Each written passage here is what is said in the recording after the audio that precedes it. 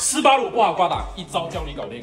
当你低速打死方向，底盘咔咔咔的声音的时候，是这个四驱的中叉损坏了。像这台车以前中叉就坏过一次，它是年审完之后就开始出现过这个咔咔咔的异响。那原因是在哪里？原因是在于现在检测站基本上是2轮驱动的，然后呢485是4轮驱动，只要上滚筒，这个中叉就很容易烧。你们有没有中招呢？当你的485 1、2档不好挂档的时候，是1、2档的齿套还有同步齿坏了；当你3、4档不好挂档的时候，是3、4档的齿套还有同步齿坏了；当你5、6档不好挂的时候，是5档还有6档的同步齿还有齿套损坏了。你们的波箱如果在打齿的话，千万不要再去花3、4万块钱的冤枉钱买个二手，切记这个是可以单独更换这个齿，还有一种呢是单独可以维修的。